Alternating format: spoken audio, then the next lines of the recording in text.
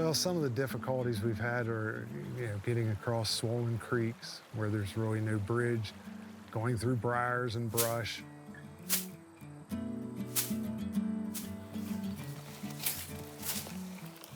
Especially this time of the year with all the dense undergrowth, it's hard to get to some of them.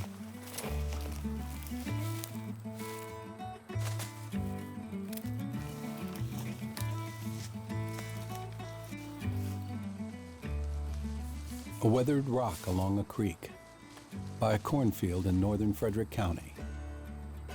It's easy to miss unless you're a professional surveyor like Eric Gladhill. But this stone is special. It has a name, Stone 77. And like the other 130 markers spaced every mile along the state border, it has a story. It was put here in the 1760s by surveyors Charles Mason and Jeremiah Dixon, the Mason and Dixon Line. P for Pennsylvania on one side, M for Maryland on the other. This one's been here for 260 years almost, so it's probably going to stay here. There's no immediate threat. It hasn't washed out with floods. It hasn't been plowed, because of its location right here at the top of the bank. Stones like this, there's no need to do anything at the present, but there's some that are in danger. Which is why an intrepid band of volunteers, many professional surveyors like Eric, are wandering through woods and across farm fields. Their goal? To locate these limestone markers and protect them from further damage. Over time, these stones disappear. Is there a shopping center built there? Farming equipment hits them, breaks them off. All that's left is just the base. That's what happened to this marker, Stone 40. Now retired, Pat Simon was a surveyor with Baltimore County and an enthusiastic volunteer with the Mason Dixon Line Preservation Partnership when he found Stone 40 on Todd Shank's family farm in Harford County. One day, a person shows up at my front door, and he's trying to tell me about some Mason-Dixon marker that's on my property and ask if he could look around and do some surveying. And I wasn't too excited about it in the beginning. The sound of a shovel hitting a stone is very unique. So it was quiet that morning, so as soon as that shovel hit the stone, there was about 6 or 8 of us, and all the heads just looked at the same spot. They were like waving their hands saying, hey, hey, hey, and they actually found it. Today, the original stone sits side by side with a replica, offering a glimpse at what these markers looked like when they were first placed more than 250 years ago.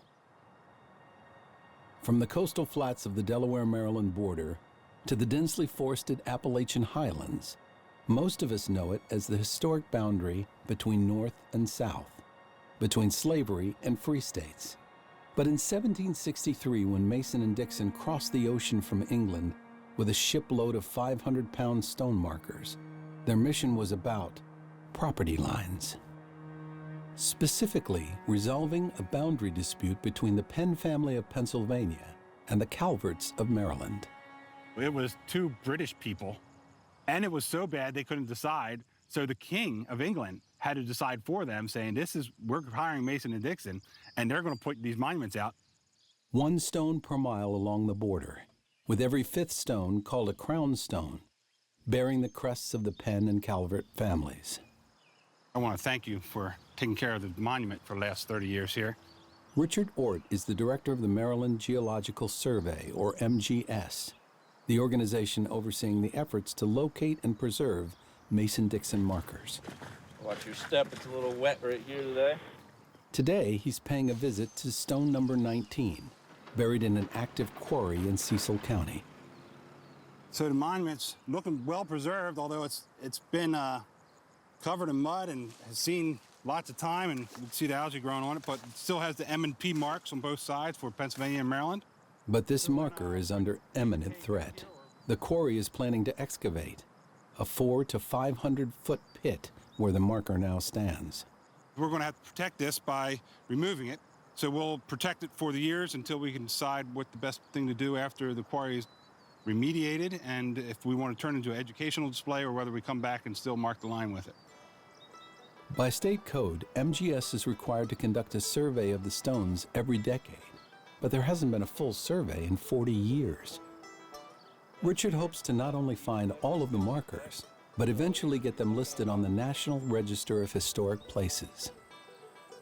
So we're about 2/3 of the way done the inventory that we just started.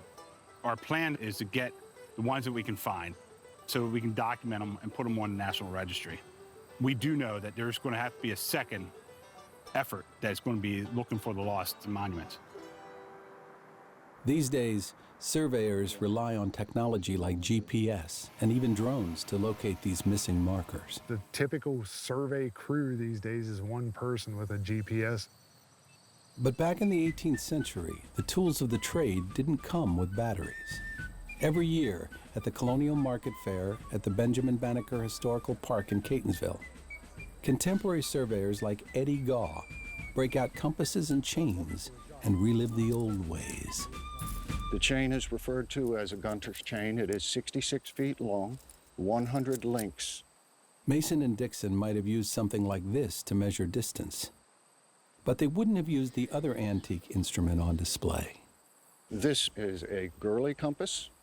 A special kind of compass that enables surveyors to distinguish between magnetic north and true north. It was invented about a century too late for Mason and Dixon. For their directions, they looked instead to the stars, according to surveyor Bob Banzoff. There are certain ways to observe the stars with an almanac that you can tell what the true astronomical time is. Then, knowing the true time, they could do their observations, observe the stars, and figure out where they truly were. Mason, the astronomer, relied on a vertical telescope called a zenith sector. They'd be laying in the mud on the cold ground, waiting in anticipation of a passing star, and then calling time when it did pass the crosshairs. It was quite a complicated process, and they were the two guys that did all the math. And you're talking about spherical trigonometry. It was really something with a pencil. Later, they would use these notes to create the now famous map of the line.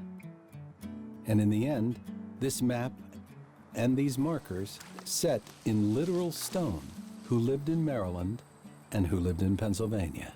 When you go up in the air, you want to make sure that we see everything around us. For Richard Ort and his team of volunteers, the search for the missing markers continues. The challenge is growing as they work their way into the wilder West. As we start crossing over into the Appalachians and further west, it's taking a little more time to get to those. But you can bet they won't give up the hunt. These 21st century surveyors still get a little starry-eyed when they talk about following in the footsteps of Mason and Dixon. It's respecting and remembering history. When Mason Dixon did this, it was uncharted territory. I mean, people have said what they did then was equivalent to the moon landing.